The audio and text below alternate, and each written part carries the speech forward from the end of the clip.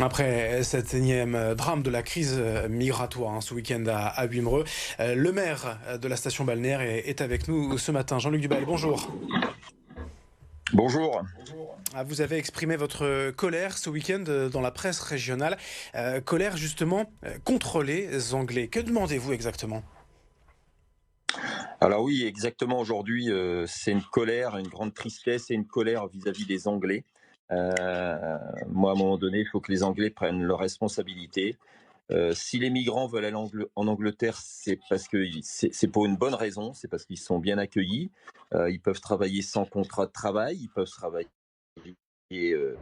au noir, des dispositions contraires à la France. Donc c'est pour cette raison qu'on a un gros problème migratoire sur le territoire au niveau des Anglais. Moi, je les tiens responsables de ce qui s'est passé sur ma commune ce week-end et au niveau des passeurs également.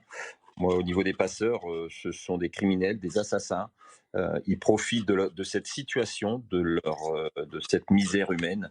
C'est un trafic d'hommes et de femmes et d'enfants, parce qu'on a vu des enfants de 3 mois. Je peux vous assurer que ça fait mal. Ouais, c'est ce que dit de toute façon le préfet du Pas-de-Calais, Jacques Billon. Je vous propose d'ailleurs de l'écouter à ce propos. Ce sont là des réseaux criminels, j'insiste sur ce terme, des réseaux criminels qui font courir des risques inconsidérés aux populations migrantes. Prendre la mer dans une eau à 7 degrés, c'est aller à la mort. Avec une durée de vie limitée à 10 minutes en cas de chavirage. Alors quelle peut être la solution? Pas de solution miracle évidemment chez vous, sinon on aurait réglé le problème. Mais qu'est-ce que vous préconisez d'abord contre les passeurs? Bah, déjà, les passeurs, les dissuader à franchir, aller dans cette mer aussi froide aujourd'hui. On est quand même en janvier. Le préfet l'a souligné, de l'eau à 7 degrés, on tient 10 minutes, pas plus. Mais aujourd'hui, quoi qu'il arrive, là, tout à l'heure, je revenais de Boulogne, je voyais les côtes anglaises.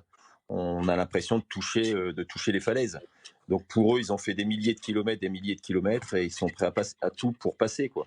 Aujourd'hui, ce qu'il faut, c'est que l'État travaille. J'ai eu M. Darmanin, le ministre, hier soir au téléphone. Il faut qu'on travaille ensemble pour dissuader enfin, dire aux Anglais qu'il faut, à un moment donné, il faut qu'ils prennent leurs responsabilités, il faut changer cette loi, il faut qu'ils travaillent avec nous, main dans la main. Aujourd'hui, il y a un blocage quand même avec les Anglais, donc c'est très compliqué de travailler avec eux, et c'est pas normal. C'est quelle loi dont vous parlez? Les accords du Touquet toujours? Bah, il y a les accords du Touquet qu'il faut retravailler, parce que moi je trouve que c'est pas normal que la frontière anglaise soit chez nous. Quand vous voyez le dispositif sur Calais, c'est pas normal ce qui se passe.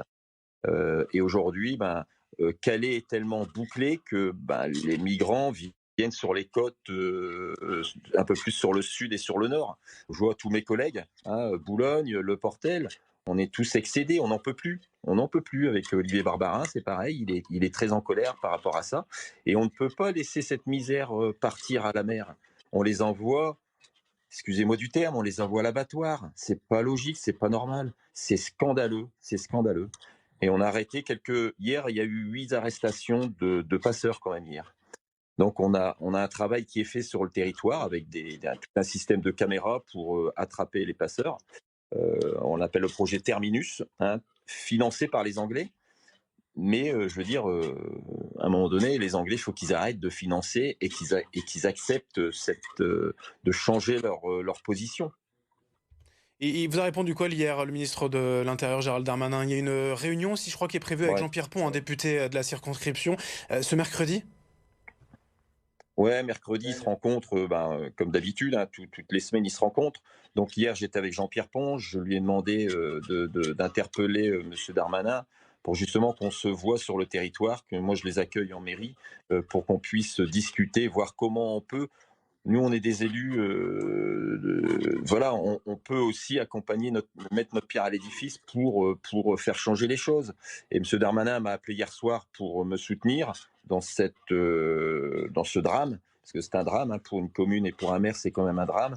C'est mon premier adjoint qui les a accueillis. Moi, j'étais pas disponible. C'est mon premier adjoint qui les a accueillis en mairie, en salle des fêtes dans la nuit. Je peux vous assurer que il est retourné.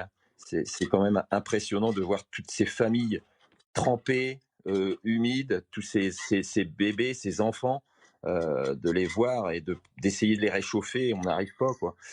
C'est vraiment incroyable et puis c'est vraiment triste, hein, ce qui arrive. C'est un accueil d'urgence, hein, bien évidemment, nécessaire que vous avez offert en accueillant ces 70 migrants dans la salle des fêtes. Ils sont devenus quoi après? Ils sont repartis? Alors, Alors bien sûr, on les a accueillis, c'est un accueil d'urgence, hein, puisque c'est la salle des fêtes qui était le plus proche de la plage, donc c'était la salle qui était qu'on a ouvert tout de suite. Et après, ben, quand ils ont été rhabillés et réchauffés, nourris, ben, ils ont été reconduits sur Calais dans des centres d'accueil par rapport à l'intempérie, quoi. Il y a des centres d'accueil sur Calais et donc ils sont repartis sur Calais. Mais le problème, c'est que le soir, au dernier train, on les voit revenir sur notre commune, ils descendent à la gare, ils retraversent le centre-ville et ils repartent dans les dunes ou sur la digue pour partir, quoi. C'est tous les jours, hein. Il faut savoir, c'est tous les jours qu'on a ce problème-là quand la mer est calme. Aujourd'hui, il y a un peu de mer, donc on va être, je dirais, un peu tranquille, mais quand on a une mer d'huile, ben, on les a tous les jours sur la commune. Merci Jean-Luc Duballin d'avoir été avec nous, maire de Wimereux, pour tenter encore une fois de lutter contre ces drames qui se répètent malheureusement dans la Manche et dans la mer du Nord. Merci d'avoir été avec nous ce matin. Merci.